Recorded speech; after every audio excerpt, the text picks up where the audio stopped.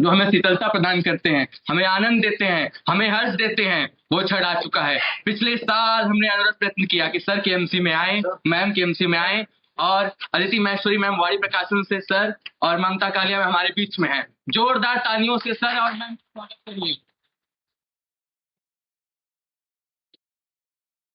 साथियों, आप ऐतिहासिक क्षण के गवाह बनने जा रहे हैं। ये एक ऐतिहासिक क्षण है। जिस वृक्ष को, जिस हिंदी विभाग को सर ने 17 सालों तक सींचा, आज आप उसकी परंपरा के विकसित रूप हो, परवर्षित रूप हो, उसी को देखने के लिए सर आए हैं। सर आप लोगों को देखने के लिए आए हैं, और आप सब जो प्रेम दे रहे हैं, सर का इंतजार कर रहे हैं पिछले 2.5-3 घंटों से। सर ने भी इंतजार किया, और इस कार्यक्रम का औपचारिक शुरुआत अब हम करने जा रहे हैं। जिस उम्र में लोग गंभीरता पूर्वक पढ़ना शुरू करते हैं, उस समय तक द्विवेदी जी उद्भट विद्वान हो चुके थे। लगभग 30 वर्ष की आयु से ही आचार्य कहलाने लगे थे। विद्वानों के प्रति उनके हृदय में पूजा भाव था। एक बार जाड़े की रात में लगभग 7 बजे बोले, गंगा स्नान करने चलोगे? आज इस संवाद द्वारा गंगा स्नान हम करने जा रहे हैं। साथियों, गंगा स्नान उस महान परंपरा में जिसमें स्वयं समय सूर्य पंडित अजायब शाह द्विवेदी ने डुबकियां लगाई। इस महान परंपरा के संवाहक, इस समय के वरिष्ठ आचार्य, साहित्य मर्मज्ञ डॉक्टर विश्वनाथ त्रिपाठी सर के 95वें जन्मदिवस के अवसर पर हमें उनका आशीर्वाद प्राप्त हो रहा है। आपकी हृदय प्रिय कर्मभूमि किरोड़ीमल महाविद्यालय, जिसकी 17 पीढ़ियों को आपने साहित्यिक संस्कार दिए, ऐसे पावन प्रांगण में आपका स्वागत करते हैं। सर, हम आपका स्वागत करते हैं। गुरुजी आप बरगद का पेड़ हैं, जिसकी छाया में हम शीतलता पाते हैं। यह कथन मेरा नहीं है, यह उस आत्मीय कवि की रचना है जिसे हम एक आलोचक के रूप में जानते हैं। डॉक्टर त्रिपाठी सर एक आलोचक के साथ साथ संस्मरणकार और आत्मीय कवि भी हैं। डॉक्टर विश्वनाथ त्रिपाठी सर का परिचय बहुआयामी है। एक इतिहासकार के रूप में आप हिंदी साहित्य का सरल इतिहास रचते हैं, तो वहीं भक्ति काल पर लिखी आपकी पुस्तक लोकवादी तुलसीदास और मीरा का काव्य जैसी रचनाओं के लिए आपको साहित्य अकादमी भाषा सम्मान से सम्मानित किया जाता है। किसी के लिए आप नंगा तलाई का गांव है, तो कोई आपको बालमपुर का विश्वनाथ के नाम से जानता है। एक छात्र के रूप में आप व्योमकेश दरवेश जैसी कालजयी रचना लिखते हैं, तो एक उदार शिक्षक के रूप में गुरु जी की खेती बाड़ी के माध्यम से विद्यार्थियों का परिचय भी कराते हैं। पुस्तक और सम्मानों की ऐसी विस्तृत श्रृंखला है। अधिक समय ना लेते हुए मैं मंचासीन अतिथियों से दीप प्रज्वलन के लिए आग्रह करता हूँ।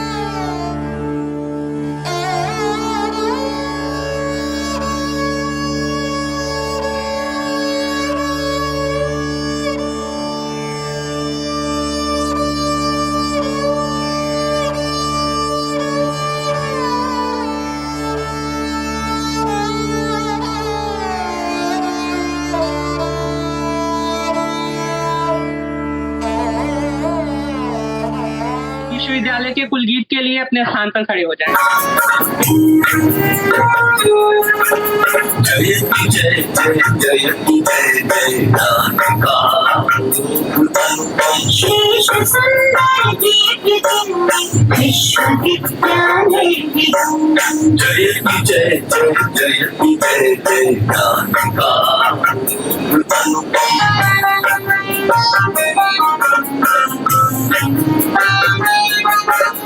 सकल वसुधा निज कुटुंब की भावना, संस्कृति सनातन, आधुनिक शिक्षा पुरातन, ज्ञान धारा देश की स्वाधीनता भूमिका शतकोटि निष्ठा सत्यम के मंगल दिव्य भावों का समागम। जय जय जय जय जानता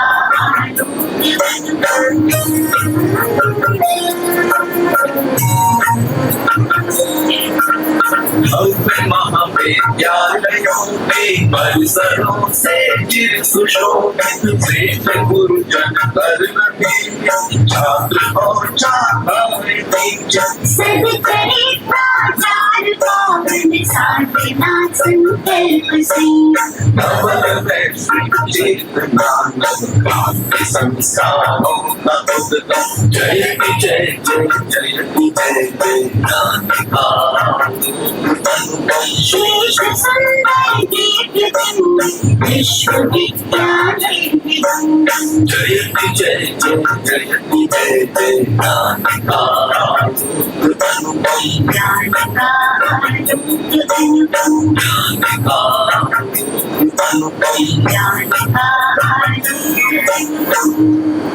बहुत बहुत धन्यवाद।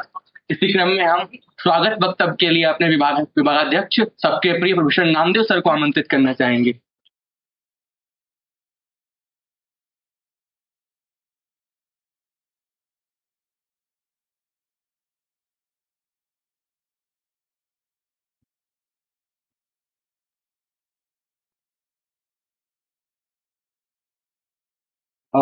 आज हम सभी के लिए बहुत ही ये खुशी का दिन है, शुभ अवसर है कि हमारे कॉलेज के हिंदी विभाग के पूर्व शिक्षक डॉक्टर विश्वनाथ त्रिपाठी जी आज हमारे बीच में मौजूद हैं। और खुशी ये दुगनी इसलिए भी हो जाती है कि सर का जो है ये कल जन्मदिन है और आज ये पूर्व संध्या है। 95वें जन्मदिन के अवसर पर ये और भी ये खुशी से हमारी दुगनी हो जाती है। और साथ ही हमारे समय की चर्चित लेखिका, आप सब पढ़ते हुए बड़े हो रहे हो, देख रहे हो चीजों को, आदरणीय ममता कालिया जी आपके सामने यहाँ मौजूद हैं। और साथ ही इसके वाणी प्रकाशन की प्रमुख अदिति माहेश्वरी जी भी मौजूद हैं। और सभागार में मेरे मित्र डॉक्टर नीरज जो जामिया मिलिया इस्लामिया में हिंदी विभाग के अध्यक्ष हैं, और हिंदी विभाग के हमारे वरिष्ठ प्रोफेसर बलि सिंह जी, और साथ ही डॉक्टर मनोज, डॉक्टर आलोक, डॉक्टर ऋतु, संदीप और डॉक्टर विनय और अन्य साथी सभी यहाँ और सभी प्रिय छात्र।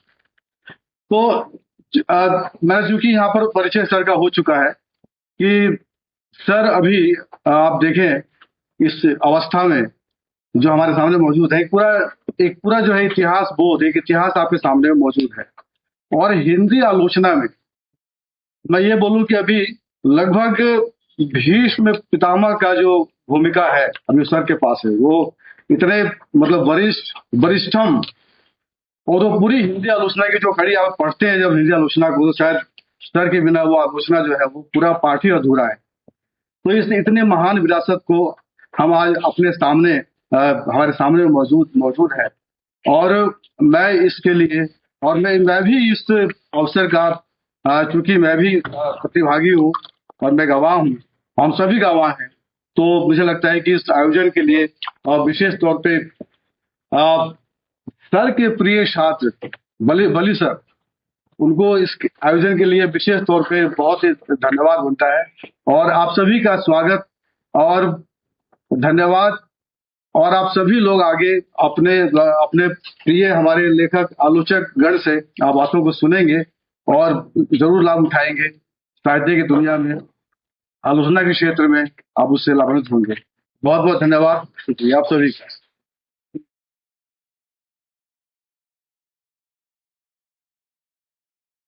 बहुत बहुत धन्यवाद सर। इसी क्रम में हम अगला परिचय पाएंगे। इसी श्रृंखला में हमारे साथ अदिति माहेश्वरी जी हैं, आदरणीय ममता कालिया मैम जी हैं, और इनका परिचय हम प्राप्त करेंगे। मैं विभाग प्रभारी प्रोफेसर नामदेव सर से आग्रह करता हूँ कि वे त्रिपाठी जी का स्वागत संबोधन करें। मैं प्रोफेसर बली सर से आग्रह करता हूँ कि ममता कालिया मैम का स्वागत करें।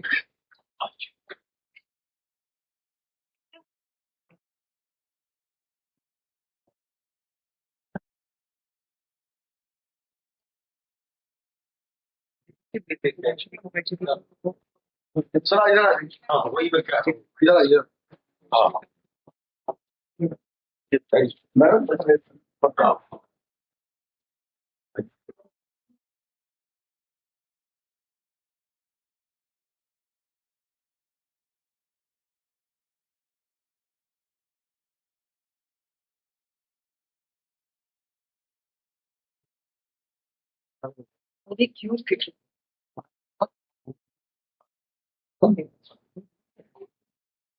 मैं डॉक्टर रितु मैम से आग्रह करता हूँ कि वे अदिति मैम का स्वागत करें।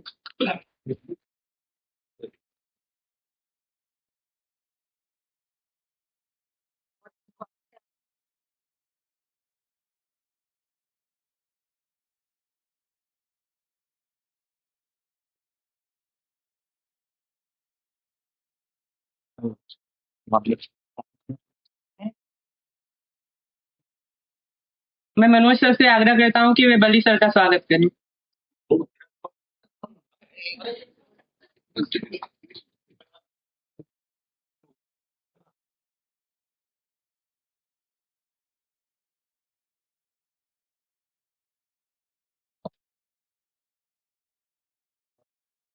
मैं आलोक सर से आग्रह करता हूँ कि प्रोफेसर नामदेव सर का स्वागत करें। अरे यार करो करवा लो भाई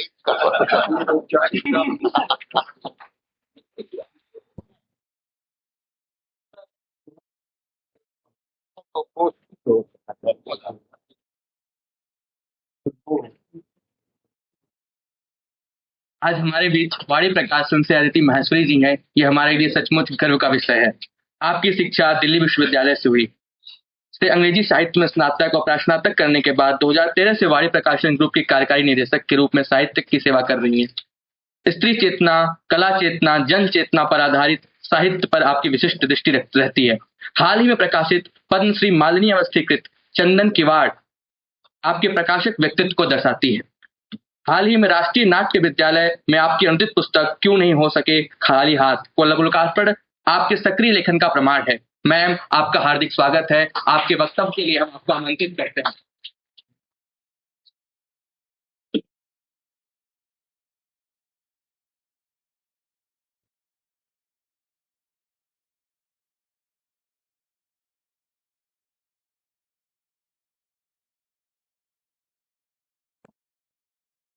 नमस्कार।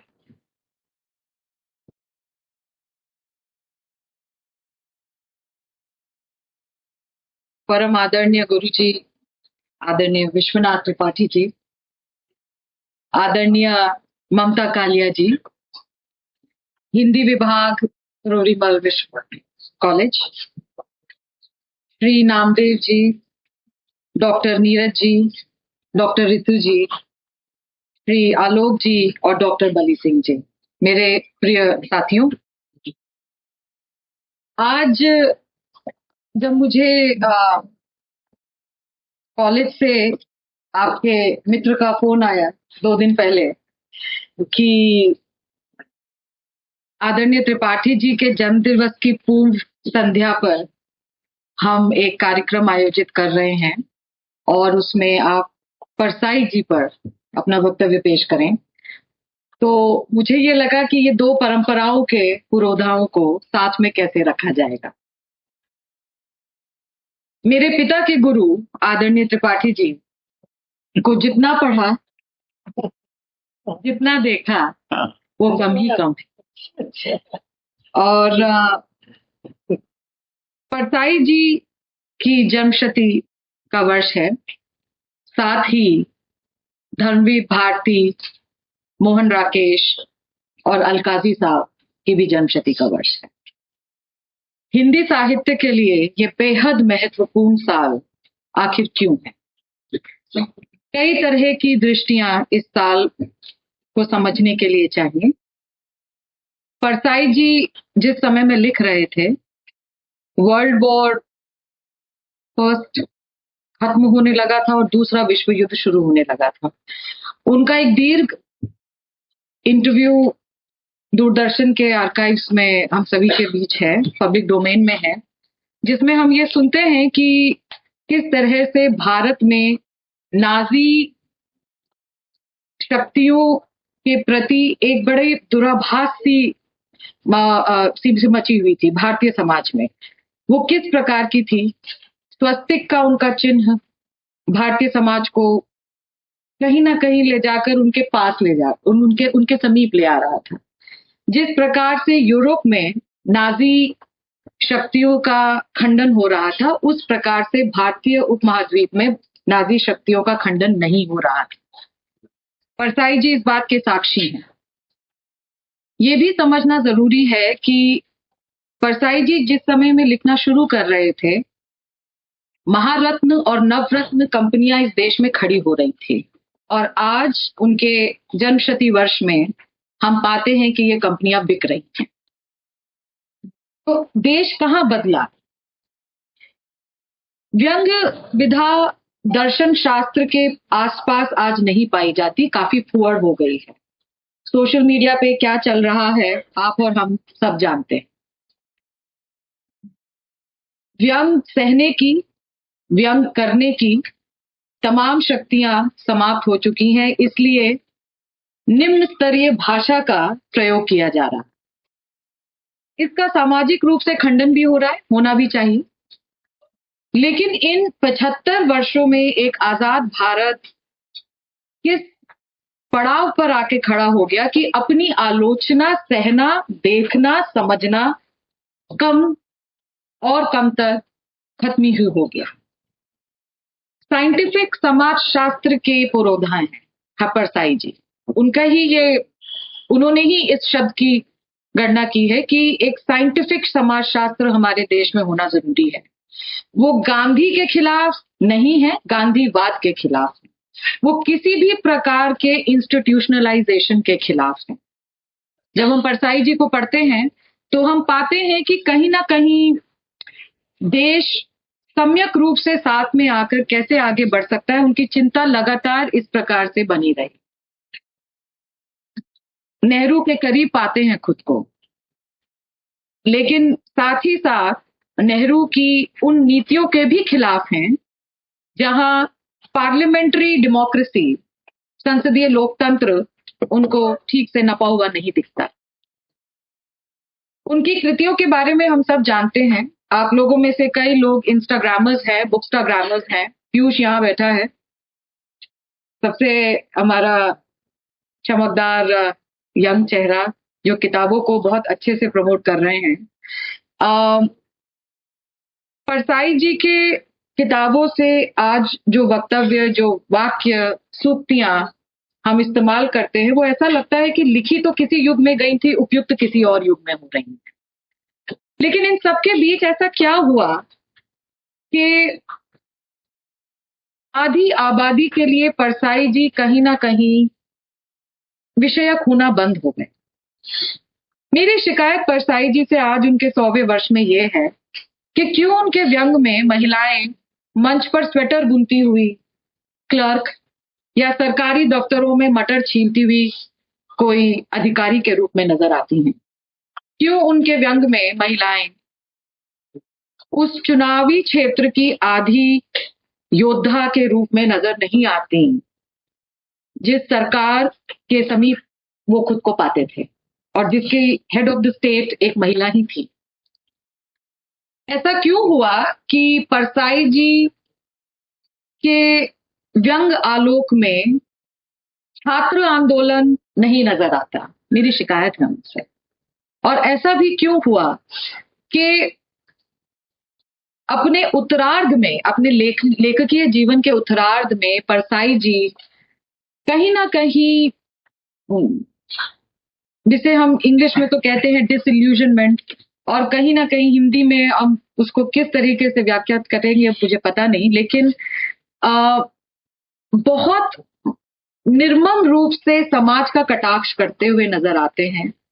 और ऐसा लगता है कि सामाजिक न्याय से उनका विश्वास उठ गया।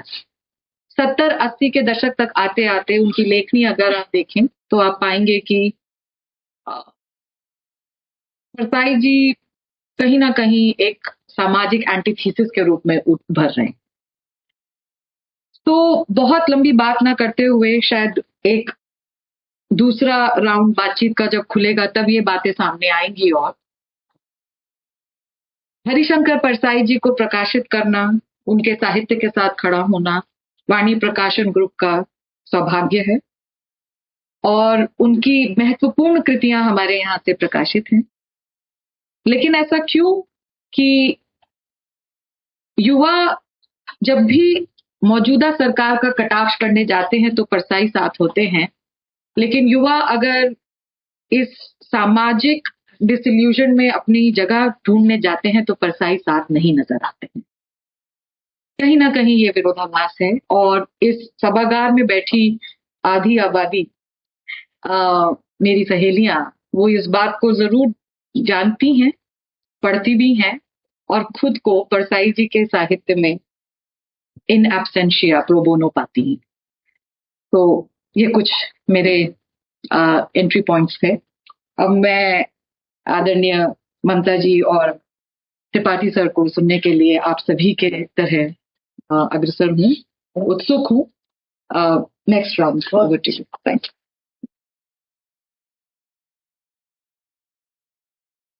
बेहद शुक्रिया मैम। अब मैं मंचासीन अतिथियों से अनुरोध करता हूँ कि वे त्रिपाठी सर को जन्मदिन की बधाई देते हुए केक कटिंग के लिए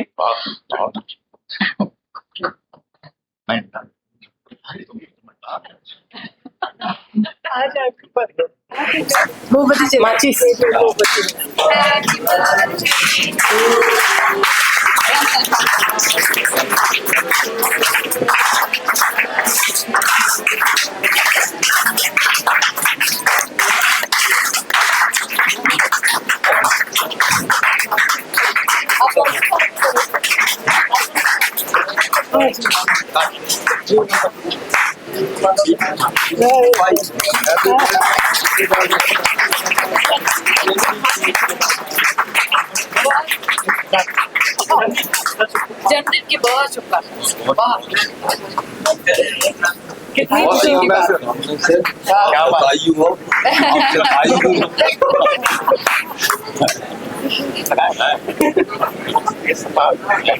कोई टिश्यू पेपर नहीं है? टिश्यू पेपर बहुत बढ़िया है इनसे बोल दिया।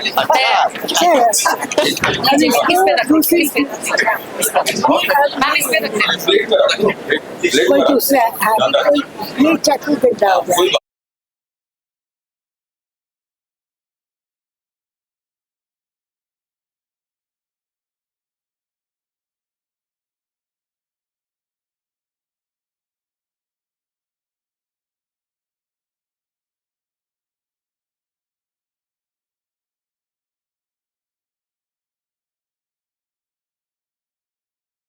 अब तक आपकी 36 से अधिक पुस्तकें प्रकाशित हो चुकी हैं।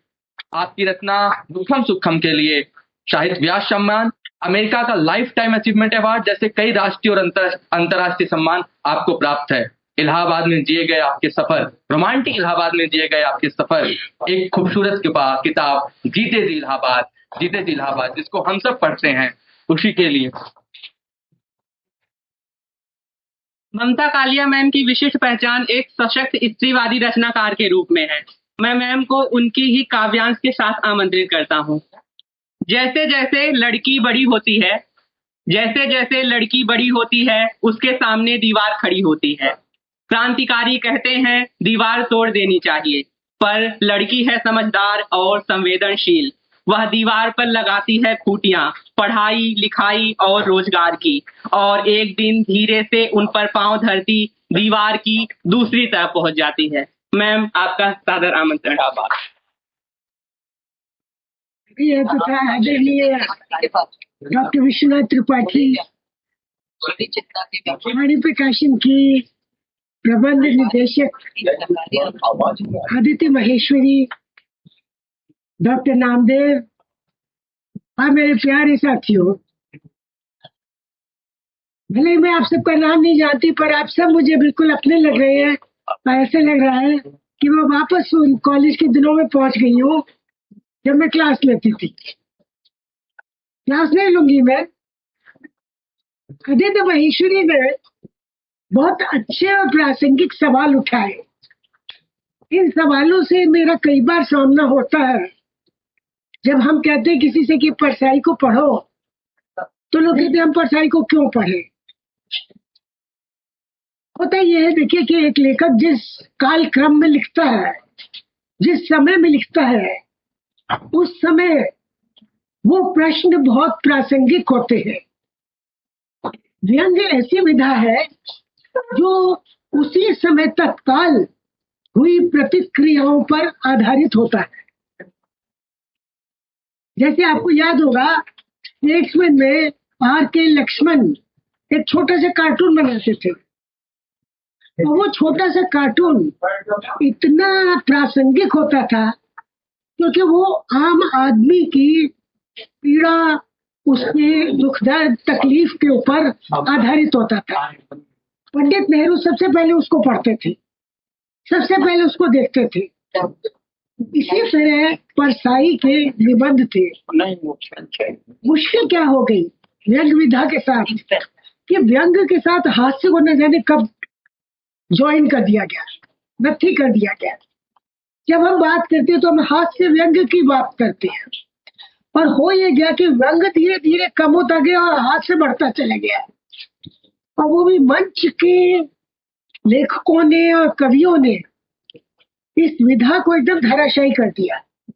उन्होंने हास्य का मतलब पूर्ण हास्य समझा। अभी अदिति ने जो एक बात कही, मैं उसका जवाब सोच रही थी। इन्होंने एक बात उठाई कि उनकी रचनाओं में आदि आबादी यानी स्त्री के लिए कुछ भी नहीं है, स्त्री के बारे में वो बात ही नहीं करते। अरे भाई, उन्होंने शादी नहीं की थी, वो तो बैचलर थे, उन्हें स्त्री के बारे में क्या पता। मैं देखे बहन थी, बहन के साथ उनसे कितना रिश्ता हो सकता है। बहन ठीक है, घर चलाती थी, थोड़े से पैसों में चलाती थी, फ्रीलांसर थे। हमें ये नहीं भूलना चाहिए कि हरिशंकर परसाई प्रतिदिन लिखते थे। बाद में तो प्रतिदिन नाम से कॉलम शरद जोशी ने लगा, जो वो भी एक व्यंग्यकार थे। देखिए, व्यंग में दिक्कत क्या होती है। पहली बात तो व्यंग को विधा के रूप में स्वीकार करना हिंदी में बहुत विलंब से शुरू हुआ, बहुत देर से। पहले बाल मुकुंद गुप्त वगैरह के निबंध लोग पढ़ा करते थे, उन्हीं में ढूंढ लेते थे हास्य। हमें एक बार पता चला, ये बात कहीं लिखी हुई नहीं है लेकिन हमने सुनी, मदन मोहन मालवीय जी का परिवार जो पैतृक मकान था, जो उन्होंने बनवाया था, वो हमारी गली से 2 गली आगे था इलाहाबाद में। उसे कहते थे महामना जी की गली। अब महामना जी रोज सुबह उठ के स्नान करने के बाद राधा कृष्ण की मूर्ति प्रतिमा के आगे वो धूप दीप जलाते थे। अब हुआ क्या कि करते करते वो पीतल की मूर्ति थी, बड़ी से कृष्ण और राधा थे। साफ करते करते उसको चमकाते चमकाते एक दिन राधा का पैर थोड़ा सा बता हो गया, टेढ़ा हो गया। अब वो राधा को खड़ा करे कृष्ण के बगल में, वो खड़ी ना हो, वो बार बार बेचारी धचक जाए। तो महामना जी ने क्या किया, मदन मोहन मालवीय जी ने, उन्होंने कहा खड़ी होती है ठीक से कि नहीं खड़ी होती है, अभी तुम्हें देंगे एक कनपट्टी पर। ये इलाहाबाद की भाषा है कि देंगे एक कनपट्टी के पर, मतलब चपत मारेंगे। आप देखें, अब वो कर तो रहे पूजा, अब इलाहाबादी गुस्सा आ गया तो आ गया। आप ये देखिए कि व्यंग जो है ऐसी, अब ये चीज हास्य और व्यंग दोनों है इसके अंदर। और न जाने कितनी ऐसी बातें होती थी जो परसाई जी को देखभाल के मिल जाती थी, पत्रिकाओं को पढ़ते हुए, अखबार पढ़ते हुए, समाज को देखते हुए। क्योंकि वो जब आजादी देश को मिली तो वो नौजवान आदमी थे, 18-20 साल के थे उस समय जब देश को आजादी मिली। तो उनके सामने मोहभंग की शुरुआत हो चुकी थी। आजादी तक तो हम लोग बड़े आदर्शवादी थे कि जिस दिन आजादी मिलेगी बिल्कुल हिंदुस्तान आजाद हो जाएगा, सब लोगों के सामने यूटोपिया आ जाएगा, एक स्वर्ण युग की शुरुआत होगी। देखा जाए तो नेहरू जी के लिए समय बहुत मुश्किल था। थे तो वो प्रधानमंत्री, लेकिन उन्हें देश में केवल आजादी के बाद बहुत सारे काम करने थे। उन्हें आर्थिक आजादी की ओर भी जाना था। उन्हें बहुत सी जो भ्रम फैले हुए थे, जो जातिवाद फैला हुआ था, जो इतनी सारी समस्याएं थी, गांधी जी की तो हत्या हो गई, उसने एक नए किस्म के वैषम्य को जन्म दे दिया। तो वो सारे वैषम्य मिलाकर परसाई जी अभिशप्त थे कि रोज को एक सवाल उठाए। जैसे सदाचार का तावीज है, बहुत दिनों तक तो मेरी समझ ही नहीं आता था इसमें व्यंग क्या है। सदाचार का तावीज, उनकी किताब है छोटी सी, सदाचार का तावीज, उसमें निबंध है उनके। लेकिन बाद में मुझे पता चला कि सदाचार का जो तावीज है उसमें भी भ्रष्टाचार है, क्योंकि उसका ठेका दे देते हैं एक साधु को। आप ये देखिए कि भ्रष्टाचार उस समय एक बहुत बड़ी समस्या थी देश की, और उनके बहुत सारे निबंध ऐसे हैं जो भ्रष्टाचार को लेकर है। जैसे गांधी जी का शॉल, गांधी जी का शॉल खो गया और वो एक नया शॉल खरीद लेता है वो आदमी, और कहता है गांधी जी ने मुझे पहना के शादी के दिन। सारी पब्लिक कहती है अरे ये तो मशीन का शॉल है। गांधी जी मशीन का शॉल क्यों देते, वो तो अपने हाथ से सूत काट के और शॉल बनवाते थे। गांधी जी दुशाला बनवाते थे। आप ये देखिए कि सबने बिल्कुल की लानत कर दी उस आदमी की और चुपचाप बैठ गया वो। तो ये जो घटनाएं थी ये होती थी समाज में, जिनको लेकर वो लिखते थे। बल्कि परसाई मुझे तो ज्यादा अपील करते हैं अपने उपन्यास में रानी नागफनी की कहानी। रानी नागफनी की कहानी में उन्होंने जो कैरेक्टर्स के नाम दिए एक से एक, करेला मुखी। हमारे यहाँ तो ये मजाक चलता था हमेशा कि किसी न किसी को हम कहते थे देखो ये करेला मुखी है। जो बहुत ज्यादा लड़की होती थी ना उसको हम करेला मुखी कहते थे। जो आपसे हमेशा अप्रिय यथार्थी बोलती है, अरे कभी कभी झूठ भी बोलना पड़ता है, वो बड़ा प्रिय होता है। तो होता यह है कि परसाई जी के व्यंग हमें इसलिए पढ़ने चाहिए कि हमें ये पता चले कि आखिर व्यंग की जमीन कहाँ से जड़ें पकड़ी, उसने कहाँ से जड़ें पकड़ी। बाद में धीरे धीरे शरद जोशी आ गए, रविन्द्रनाथ त्यागी आ गए इस फील्ड में, और उसके बाद फक्कड़ों की और फक्कड़ों की एक भीड़ लग गई। पता चला KP सक्सेना, यानी धीरे धीरे स्तर इसका गिरता चला गया। लेकिन मैं ये कहूंगी आज हालत ये है कि व्यंग धीरे धीरे रचना के अंदर ही निहित है। ऐसा नहीं है कि हम अलग से कोई व्यंग उपन्यास पढ़े।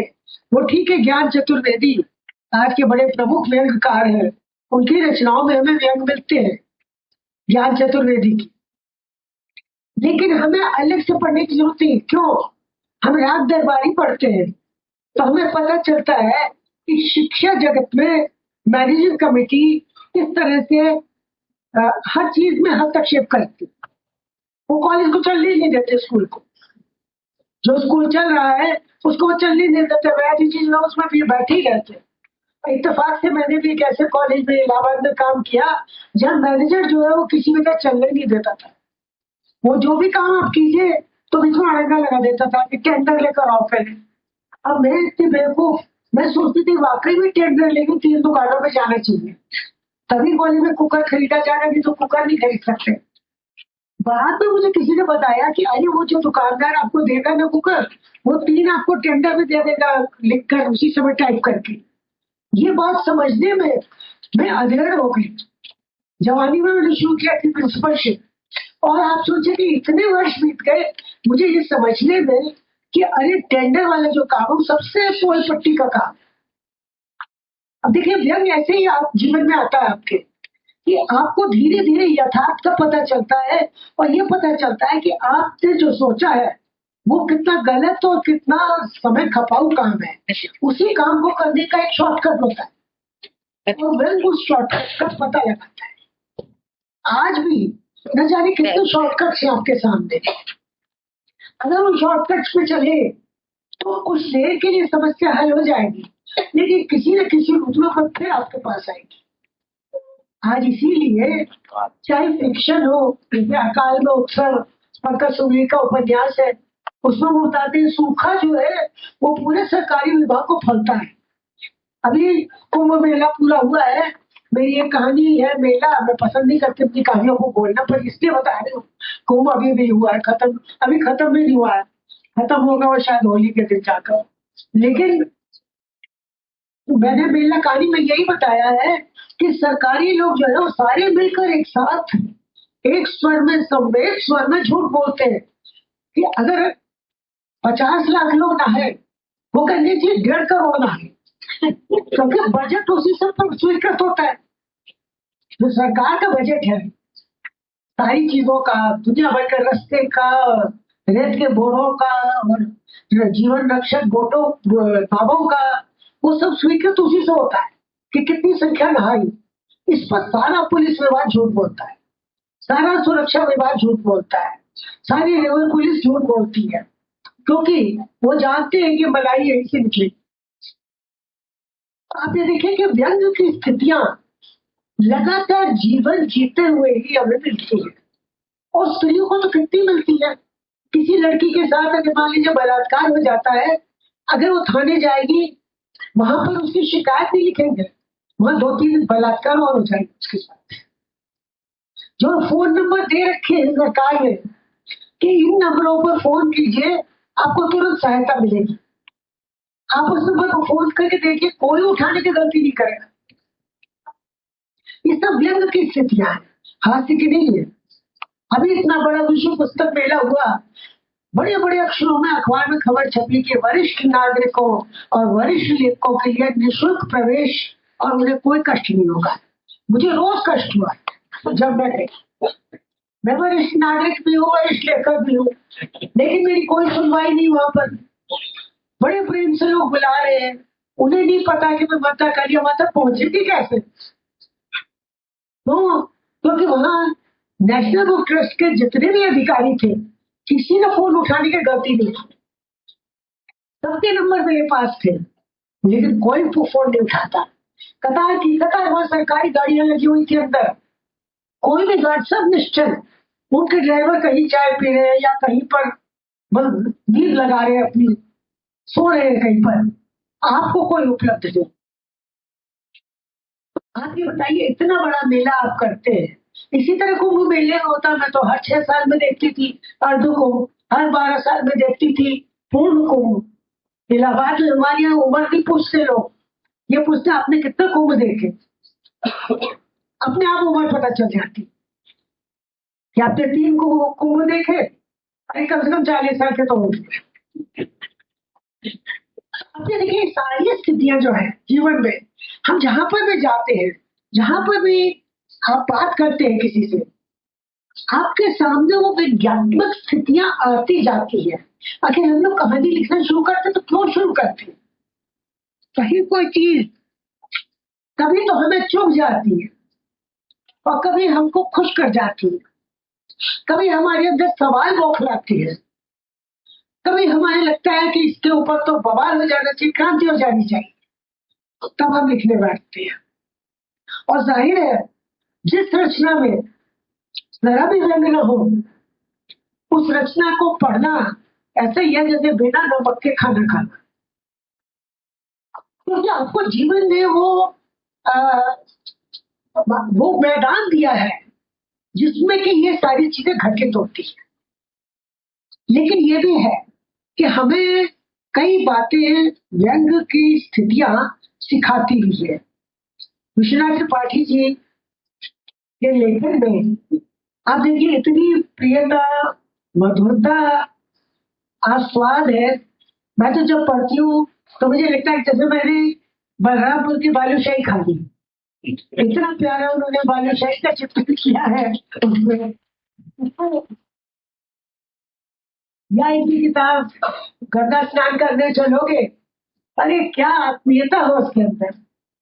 तो देखिए एक धारा वो भी है जहां आप पढ़ते हैं और रस सिक्त होते चले जाते हैं। नरगा तलाई का गाँव में ये बताते इनकी बहन अपने बाल खोल के इनको डराती थी करके, है ना, और ये बहुत डर जाते थे उस समय। तो हम इमेजिन करते उन दिनों के त्रिपाठी जी कितने ये इनोसेंट थे और कितने ये सादगी से जीते थे। ये जो इन्होंने अपने बारे में बताया है कि कहीं अठन्नी लेके ही चले गए ये, और इन्हें कोई पता नहीं कि भाई कितना कहाँ से पैसा आएगा, लेकिन ये पहुंच गए और इन्हें कोई ना कोई ऐसा मिल गया मददगार जिसकी वजह से ये पढ़ लिए। तो जीवन का दोनों पक्ष है, एक तरफ उदात्त पक्ष भी है और कुछ लोग उदात्त पक्ष के बारे में लिखते हैं और जीवन को जीने योग्य बनाते हैं, लेकिन कुछ लोग जो व्यंग्य को लेकर लिखते हैं वो जीवन में टॉर्च दिखाते चलते हैं आपको। आजकल मशाल कोई नहीं दिखाता, वो चोर बत्ती दिखाते हैं आपको कि देखो यहाँ यहाँ गड्ढा है। जीवन को बहुत सीधा मत समझो। देखिए परसाई को इसलिए पढ़िए क्योंकि आपको आगे चलकर अन्य व्यंग्यकार पढ़ने हैं, आपको विश्व के श्रेष्ठ लेखक पढ़ने हैं जिनमें व्यंग्य भी होगा, विनोद भी होगा, वेदना भी होगी और उनके अंदर पूरे जीवन का एक आख्यान होगा। पढ़ते रहिए। और आज के दिन तो बहुत बड़े भाषण की जरूरत नहीं है, हम यहाँ आए हैं विश्वनाथ त्रिपाठी जी का जन्मदिन मनाने, उसकी पूर्व संध्या मनाने। त्रिपाठी जी इसी तरह लिखते रहे, देसु वो लिख रहे हैं इस समय बलरामपुर के बारे में, अपने जीवन के बारे में जतन भर में छपता है और क्या गजब का वो गद्य है, कितना रसिक है। ऐसा लगता है कि अरे हमने नहीं देखा बलरामपुर, इस तरह लगता है। तो त्रिपाठी जी हमारे बीच रहे, सही सलामत रहे, लिखते रहे, रचते रहे, हम सबसे प्रेम करते रहे, हम उससे प्रेम करते रहे। धन्यवाद, नमस्कार। बड़ी चीजों का विशेषण मेरे समझ में नहीं आता है। ठीक है। अभी और दो लोग जिनका नाम मुझे लेना चाहिए, डॉक्टर नीरज है और लोग होंगे। मैं बात कहना शुरू कर। परसाई जी की दो बात है एकदम से मुझे याद आ रही।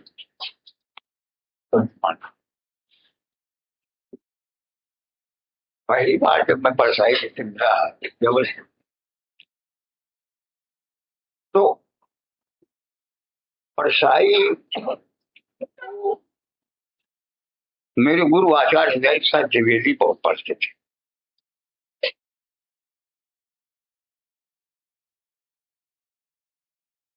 और हंसते तो पढ़ के सुनाते थे। परसाई ने द्विवेदी के पर एक लंबा लेख लिखा,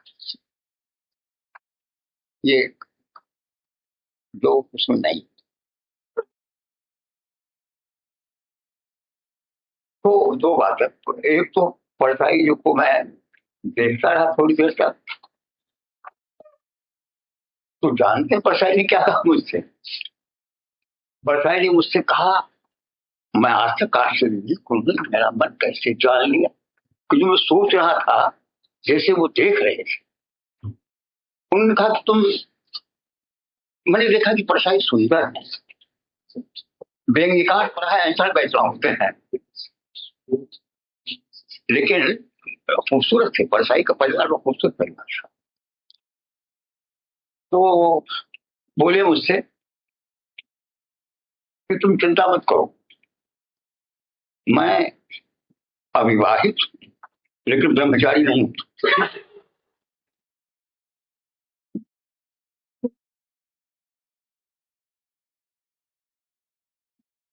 बात परसाई ने, परसाई के अपने मॉडल, वो उसकी अगर समय मिला तो मैं कह पाऊंगा, शायद नहीं कह पाऊंगा। परसाई पर किताब लिखी, उसमें लिखा है परसाई के पास एक विजन भी था, उससे व्यंग्यकार नहीं थे, यानी ऐसे व्यंग्यकार थे जो कहीं पहुंचते हैं।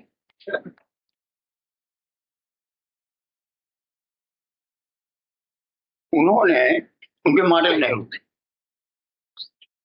तो नेहरू के बारे में उन्होंने लिखा, उस संस्मरण नेहरू पर लिखा, तो लिखा कि नेहरू जी को भाषण देना था, तो भाषण देने के पहले जैसा कि होता है, एक कोई लोकल कांग्रेस से आए और उन्होंने नेहरू जी के बारे में बोलना शुरू किया, उनकी तारीफ शुरू कर। एक 2 मिनट 1.5 मिनट बोले वो तारीफ में, नेहरू जी उठे और तो माइक छीना बोले ये क्या बदतमीजी है, मेरे सामने ही मेरी तारीफ। तो रसाई व्यंग्य इस बात भी फिल्म होता यह है कि सच प्रच्छन्न हो, सच छिपा रहता है, उसको उद्घाटित करना पड़ता है। तो ये उद्घाटित करने का काम व्यंग्य करता है। और जैसे जितनी विधाएं हैं साहित्य मात्र है। किसी ने आपने नमक की बात की थी, करुणा जो है, करुणा जहां जिस साहित्य में ये उसको बार बार पढ़िए और सोचिए, एको रसा करुण रसाई। जो साहित्य आप पढ़ते हैं, कुछ भी पढ़ते हैं, और वो आपको अपने से उठा करके कुछ ऐसा क्रिएट करता है जो न आपका है न किसी का है और सबका है। करुणा पर बोलने लगो तो बड़ी देर हो जाएगी। जो आपने क्रिएट किया हो, कुछ पा करके आपने क्रिएट किया है, और जो ऐसा क्रिएट किया है जो न आपका है न किसी का है और सबका है, और वो आपको तल्लीन कर देता है। तो व्यंग्य में भी ये करुणा अगर नहीं है तो व्यंग्य नहीं है, क्योंकि व्यंग्य अपने आप में कोई नहीं हो सकता जब तक उसका कोई मॉडल ना हो, जब तक कोई उसका विजन ना हो, और वह विजन करुणा है। अब देखिए आप परसाई का, परसाई ने एक जगह लिखा है कि जाड़े की रात है और जाड़ा पड़ रहा है, बहुत जाड़ा पड़ रहा है, और जाड़े में एक बच्चा रो रहा है। ये मैं परसाई का लिखा हुआ बोल रहा हूं, और बच्चा रो रहा है, जाड़ा पड़ रहा है। मैं तो नहीं जानता, लेकिन उसकी मां जरूर जानती होगी कि ये बच्चा जाड़े से रो रहा है कि भूख से रो रहा है। परसाई वो व्याख्याकार है जिनका हृदय इस मां का हृदय है, जो पहचानता है कि बच्चा रो रहा है, जो जाड़े की भूख और भूख की रोना, भूख की रोना और जाड़े का रोना दोनों में फर्क कर सकता है। अगर आपने नहीं समझा तो आपने परसाई को नहीं पढ़ा था।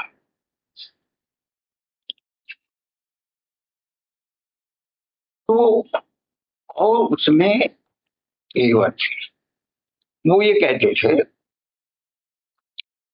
कि मैं वो लिखना चाहता हूं कि जो आज लिखूं और कल मिट जाए।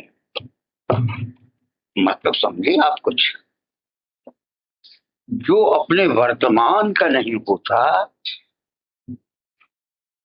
वो कहीं का नहीं होता, जिसे आप शाश्वत कहते हैं वो वर्तमान में ही नहीं होता है। इसलिए इन सब वो ये जब जो राइटर ये कहेगा कि मैं वो कहना चाहता हूँ, वो लिखना चाहता हूँ जो आज लिखूं और कल मिट जाए, वो वर्तमान को जो लिख रहा होगा उसको कितना इंटेंसली महसूस कर रहा होगा, वो उसी में सब पा लेता होगा। इस जर्रे को रहती है वसवत की हविष हरदम, ये जर्रा नहीं शायद सिमटा हुआ सहरा है।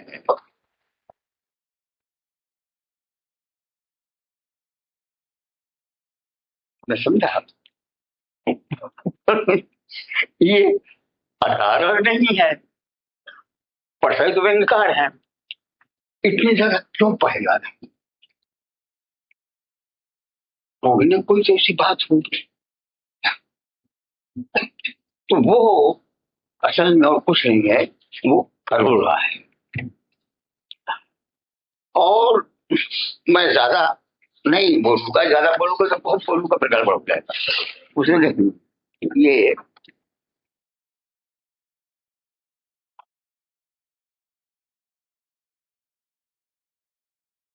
उनकी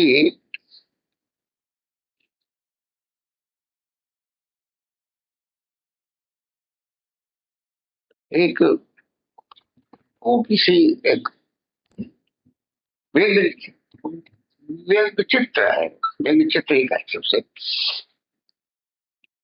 भोला राम का जीव।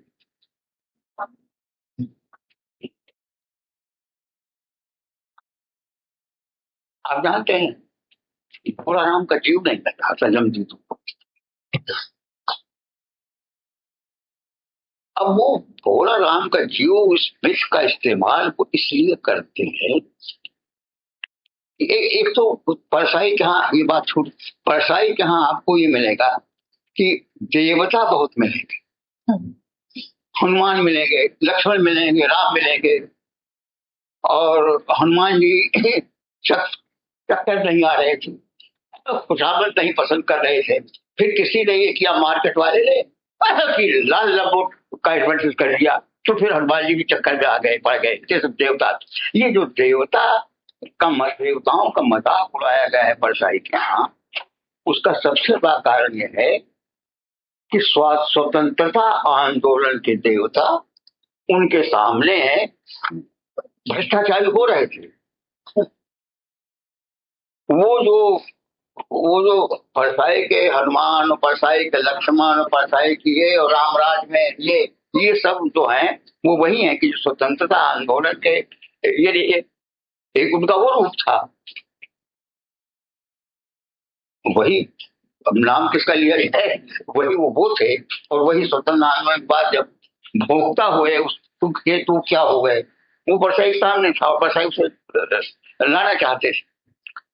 तो मेरे कहने का मतलब यह है कि वो जो भोला राम के जीव है, तो भोला राम के जीव को पेंशन नहीं दी।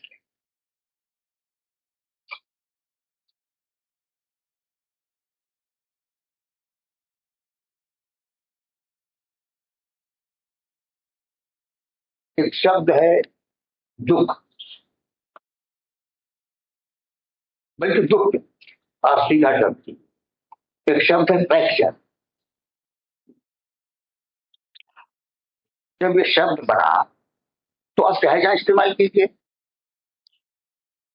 जो ज्यादा गड़बड़ी आप देख रहे हैं आजकल शब्द का, उसकी वजह ये है, इसे कहिए ना कि मार्केटिंग है। कोई आपसे क्यों बात करे, ऐसा कहिए, कोई आपसे क्यों मिलजुल करे, कुछ चाहिए। और अब वो एक ऐसी मॉरलिटी नहीं पैदा हो रही है, तो हम कहेंगे हम पूंजीवाद वजह का नाम लेंगे, तो पूंजीवाद तो बड़ा बदनाम शब्द है, पूंजीवाद तो बड़ी अच्छी चीज है। पूंजीवाद की उपयोगिता को रूस ने नहीं समझा था, सोवियत यूनियन ने, चीन ने समझा है।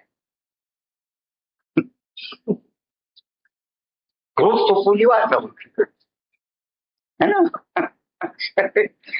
इसलिए सोशलिज्म, लेनिन का ये था कि बिना सोशलिज्म, बिना कैपिटलिज्म के सोशलिज्म आ जाएगा, एंड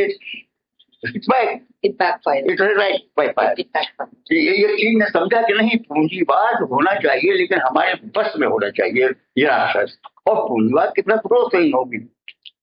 तो ये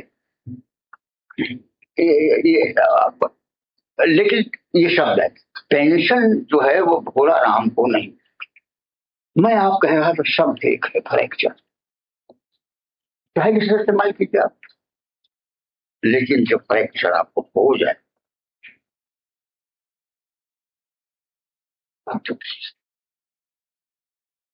बेटा इस समय में पेंशनधारी, जब पेंशन की तारीख आती है ना 31, तो 2 दिन पहले से चिड़चिड़ा हो जाता हूँ कि आएगी कि नहीं आएगी। और जब आ जाती है तो सब ठीक है। ये जीवन है, जीवन।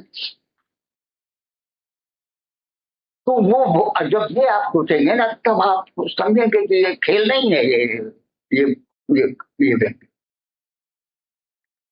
वो भोला राम को पेंशन आती, भोला, और उनका जो देवदूत है, जमदूत, वहां ले जाते हैं। जमदूत किसको नहीं पकड़ सकते?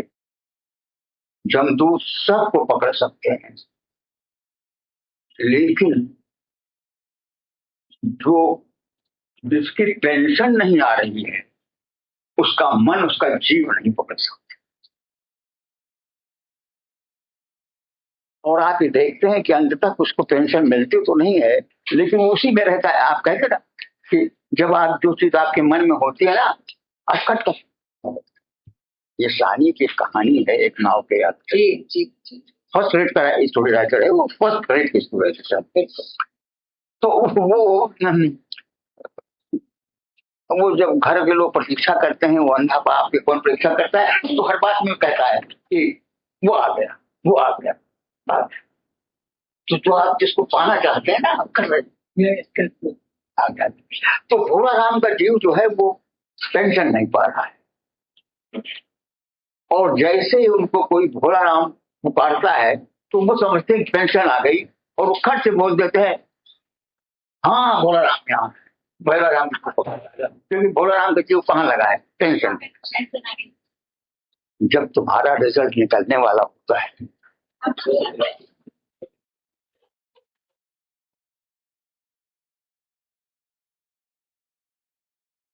हमारे पिताजी कहा करते थे, कहा भैया अपने से जान लो। तो जब तुम साहित्य को पढ़ोगे ना, और दुनिया को बेटा अपने से जान लो, क्या भूमि से पढ़ोगे, तब सार्थक, तब वो समझ पाएगा, अतीत होता है। तो ये भोला राम का जीवन, ये वो व्यंग्य नहीं, क्योंकि पेंशन जो है वो सिर्फ व्यंग्य नहीं है, बड़ी चीज है। उसमें पैसा होता है, उसमें खाना चलता है, उसमें साड़ी आती है, उसे बच्चे को फीस दी जाती है, उसे मकान का किराया दिया जाता है। सब जो है बेटा वैसे तो बेकार है, लेकिन सब तमाम संपत्ति अपने में रखते हैं, तमाम स्थितियां अपने में रखते हैं। उन स्थितियों को उधारो तो शब्द का अर्थ मिल जाएगा, मतलब तो क्या है। तो ये मैं कह रहा हूं कि ये भोला राम का जीव। अब एक चीज कह के कि मैं अपना बहुत ज्यादा नहीं बोलूंगा, नहीं तो बोलते चलता हूँ। एक परसाई का न पढ़ा हो तो एक नंबर से पढ़ना, प्रेमचंद के फटे। परसाई ने उसमें पता नहीं कैसे लिख दिया है, जाने के ये लिखा है परसाई। प्रेमचंद की फोटो खींची, दो प्रेमचंद ने फोटो खिंचाई, और प्रेमचंद वैसे हैं और जूते जो हैं फटे। अब उसको देख करके क्या लगता है, परसाई लिखती क्या है, भले मानस फोटो खिंचाने जा रही थी। और लोग तो फोटो खिंचाते समय इतना लगा लेते हैं, तुम कम से कम ठीक से कपड़े तो पहन लेते, लेकिन नहीं, मैं जैसे हम हैं वैसे दिखें। अब तुमको मैं मेरी एक बुराई अवगुण है कि मैं बशयांतर बनता हूं। ये सहजता जो है बहुत बड़ी बात है, जैसे हैं वैसे तो कुछ होगा। तो वो जो है वो ये कहते हैं बरसाई कि फोटो खिंचाने के लिए अपने को बनाना क्या, जैसे हम है वैसे दिखाएं। और यह आदमी वो आदमी है यानी प्रेमचंद जो जैसा रहता है वैसा ही दिखाना चाहता है लोगों को, दिखाने में और कुछ अपने में नहीं सीख। दूसरे उस फटे जूते का जो मरम्मत करते हैं परसाई, ये जूते फटे कैसे? ये जूते फटे इसलिए हैं क्योंकि इस जूतों से वो इस जूते को ठोकरें मारते रहे, और चाहे जूता फटे चाहे न फटे इतनी ठोकरें उन्होंने विषमताओं को मारी है कि वो जूते उनके फटे।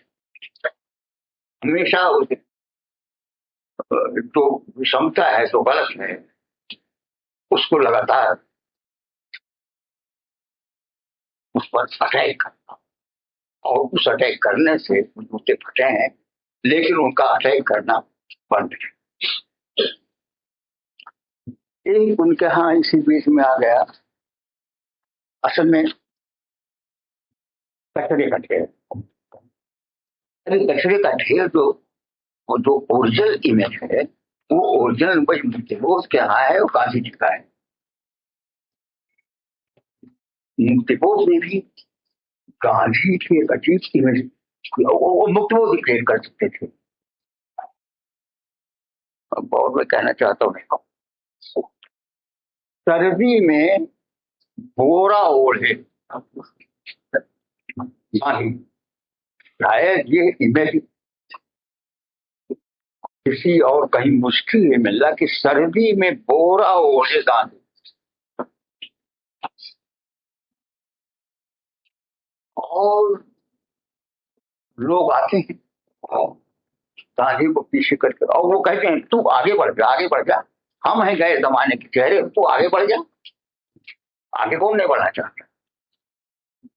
तो गांधी सावधान करते हैं, लेकिन याद रख दुनिया न कचरे का ढेर जिस पर कोई आगे बढ़ जाए, जिस पर ऐसा कर देते हैं कि ये कचरे का ढेर नहीं है, उसको परसाई आगे बढ़ाते हैं और कहते हैं कि जिस पर कोई मुर्गा बांग दे दे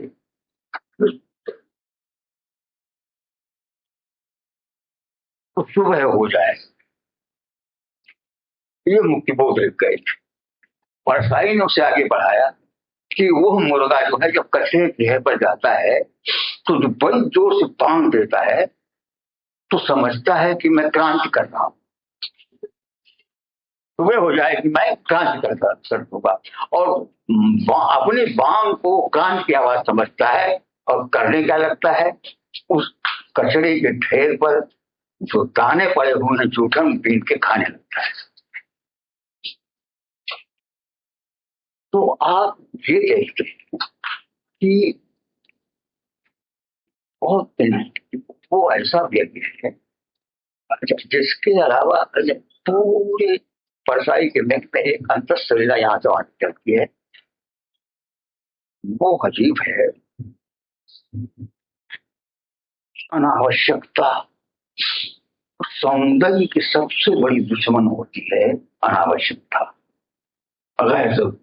अगर आपने जितना बिल्कुल जरूरी है उससे अगर कुछ ज्यादा हुआ तो सुंदरता नहीं लगती। जितना मांस चाहिए आपके शरीर में, लड़कियां आजकल वो है ना वो टाइट वेट करके ठीक रखते हैं, पुरुष भी अगर जरूरत से ज्यादा कुछ आप में है तो आप सब हो जाएंगे, आप सुंदर। ये चीज शरीर में भी तय होती है। अनावश्यकता सरप्लस। मैं मार्क्सिज्म नहीं प्रीच कर रहा हूं, वही जगह भी नहीं, आज तो जमाना भी अच्छा नहीं लेकिन ये है कि जो सरप्लस है अगर वो आया, जो जरूरी नहीं अगर कहीं वो आया, चाहे शरीर में अगर आया तो शरीर सुंदर नहीं रह सकता है। वाणी में आया परसाई कहते हैं कि ये जो अनावश्यकता है, जरूर से ज्यादा विनम्रता। जब कोई आदमी आवे तो उसकी विनम्रता में जितनी ऐसी विनम्रता होगी, जरूर से ज्यादा उतनी छिपी तलवार होगी, चाकू होगा उससे। जब कोई आदमी आवे और घुटनों से नीचे भी जाकर के आपका पैर छूने लगे, प्रणाम करने लगे, तो समझ जाइए कि जो पैर पकड़ेगा वो छोड़ेगा नहीं फिर। तो ये जो अनावश्यकता है, जरूर से ज्यादा होना है। और बंधुवर, वही अनावश्यकता जो है जब मन में आ जाए, शरीर में आता है तो शरीर विरोध करता है, और मन में अगर वो आ गया तो उसी का नाम अहंकार है।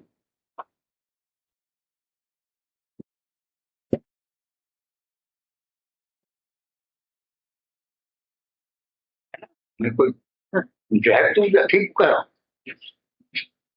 जब मन में वो आ गया आवश्यकता से, ठीक।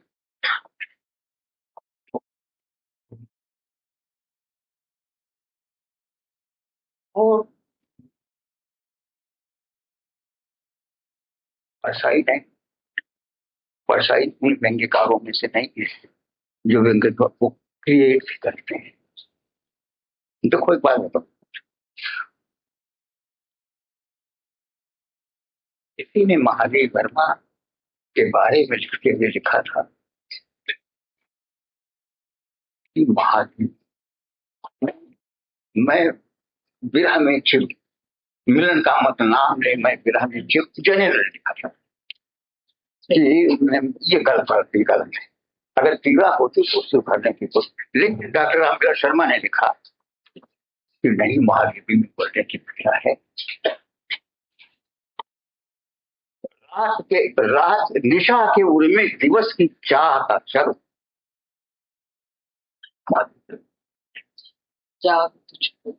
ये करेक्ट बात, बड़ी समझदार होती जा रही में।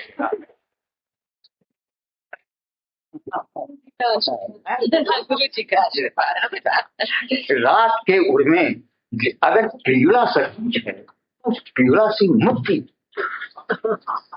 जरूर इच्छा। अगर मुक्ति की ही इच्छा नहीं है तो मतलब ये नहीं। तो ये महादेवी की बात। तो यहाँ इस तरीके से तो मैं बताता हूँ आपसे कि ये इतना सारा व्यंग, इतना सारा सब तो गड़बड़ी परसाई ने मॉडल क्रिएट किया है। आप सब कुछ पढ़ें, परसाई का एक निबंध पढ़ें, वो निबंध है फिर उसी नर्मदा मैया की जय। अपने को परसाई नर्मदा पुत्र कहते हैं, और उनका एक निबंध है केवट कन्या है जी, ये उनका मॉडल है। और कैसे है केवट कन्या, पढ़ लो, मैं बता देता हूँ। वो केवट कन्या ऐसी है, आई तो ऐसा कहीं मतलब उसको, केवट की लड़की है और होशियार होशंगाबाद में बाढ़ आती, सच्ची घटना, मरते हैं लोग उस बाढ़ में। वो लड़की 17-18 साल की, वो साहित्य फाइट नहीं जानती है, कुछ नहीं जानती है, वो सबको कम से कम 50 लोगों की जान बजाती तैर करती। ये परसाई का जीवित मॉडल है, जो आसपास दुनिया हमारे से खराब ही नहीं है, हमारे पास बहुत अच्छी दुनिया है। और अच्छी दुनिया की अच्छी की नजरअंदाजी करना पाप है, क्राइम।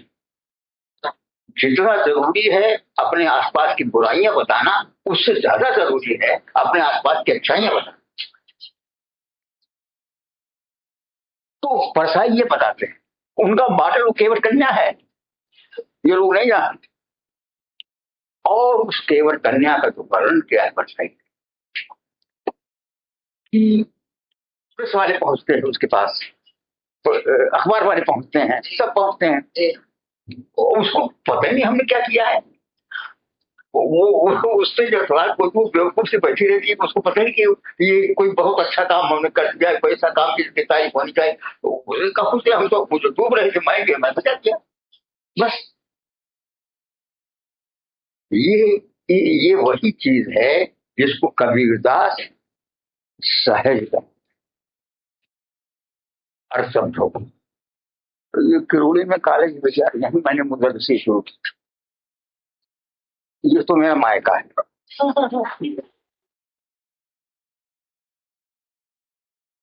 समझा? यही मैंने पढ़ाना शुरू किया था। तो यही आकर के कि वो जो है सहज आपने कुछ किया उससे भी बेखबर। अगर आप सहज हो गए और कहते घूमते हैं, बात सहज सहज सभी कहे, सहज न चीन है वो, जब सहज विषया तजय। समझिए ना, विषय को तज करके ही नहीं कह रहे कि हमने कुछ तज किया। अब जाहिर है कि सहज इस दोहे का अर्थ मैं नहीं बता सकता था। इस दोहे का अर्थ तो मेरे गुरु आचार्य प्रसाद द्विवेदी ने बताया है कि सहज सहज सहज सहज में चीन है वो, जब सहज विषया तजय। सहज तो मेरा कहने का मतलब यह है कि परसाई, एक तो अभी आप हमसे आपने कहा या आपने कहा किसी ने कहा, और आपको बहुत थे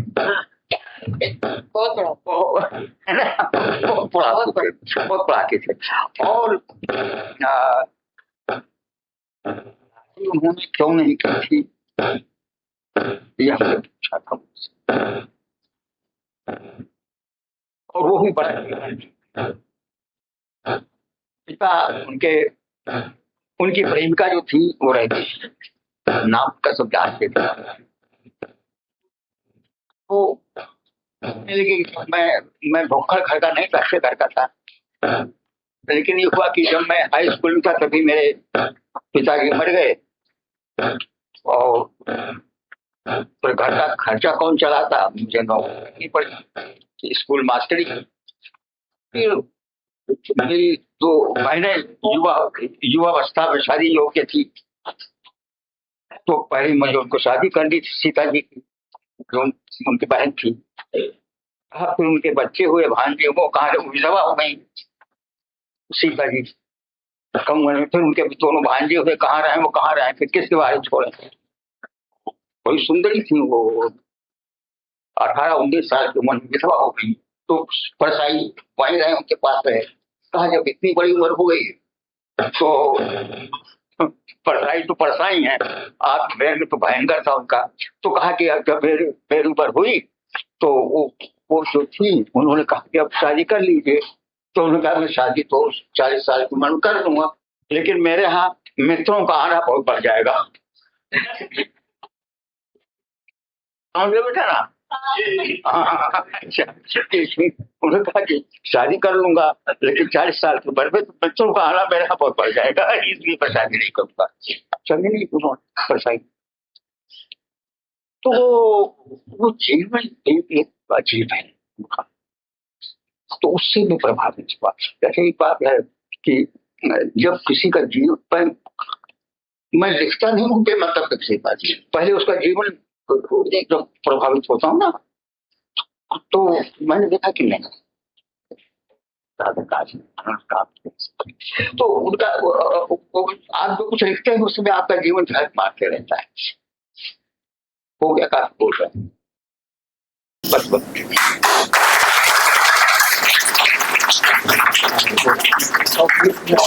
आधा घंटा बोला। हाँ बोलो बेटा। सर अभी आपको मैं सुन रहा था, तो आपने एक लाइन बोला था कि अच्छी दुनिया को नजरअंदाज करना पाप है। हाँ, तो मैं कहना चाहता हूँ कि क्या एक अच्छे लड़कों को भी नजरअंदाज करना ये तो अपना भोगा हुआ सच है।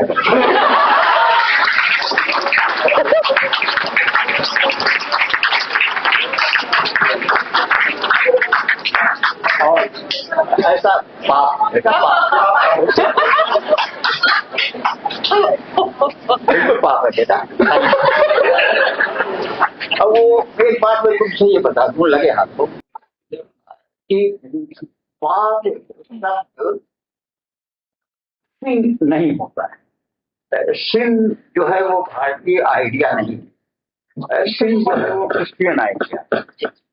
तो पाप का मतलब बेटा हिंदी संस्कृत में कपट होता है। अभी मैं तुमको ऐसा बोलूंगा तो समझ में आ जाएगा। तुमने वो गाना सुना है,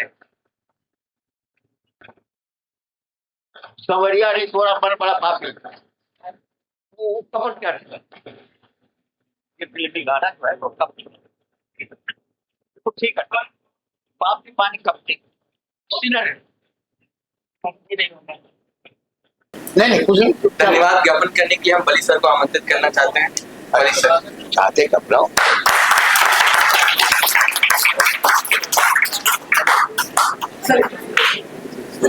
छेड़ी गाना गाने की ऐसा है कि जो है वो माइक का जवाब दे चुका है।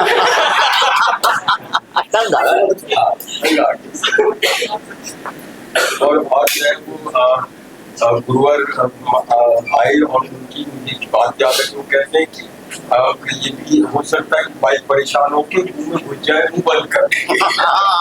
आपने तो देखिए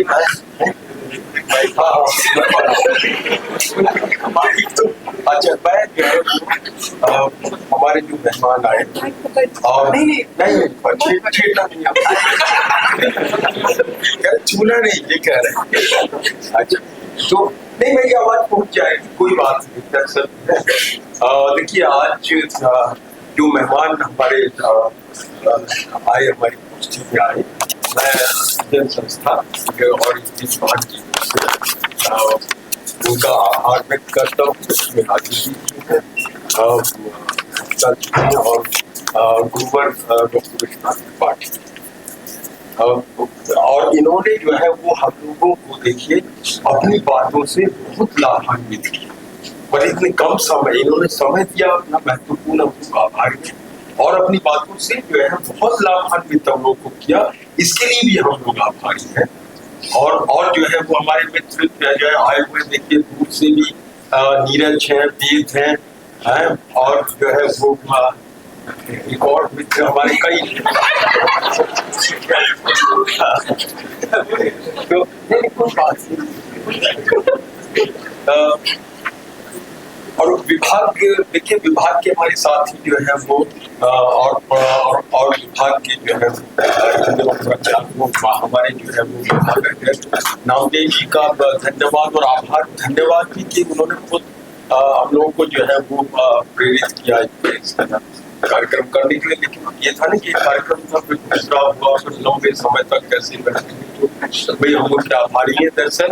और हमारे जो है वो ये जो है आलोक और मनोज जी, हम लोग जो है हमारे सहयोगी यहाँ है, उनका हम लोग आभार व्यक्त करते हैं, धन्यवाद व्यक्त करते हैं। और सबसे अधिक तो देखिए जो है वो धन्यवाद और आभार के पास आप, जिनकी वजह से जो है वो ये कार्यक्रम जो है इतना अच्छा और सुंदर कार्यक्रम हुआ और हम लोगों को इतना अच्छा अवसर मिला। शुक्रिया।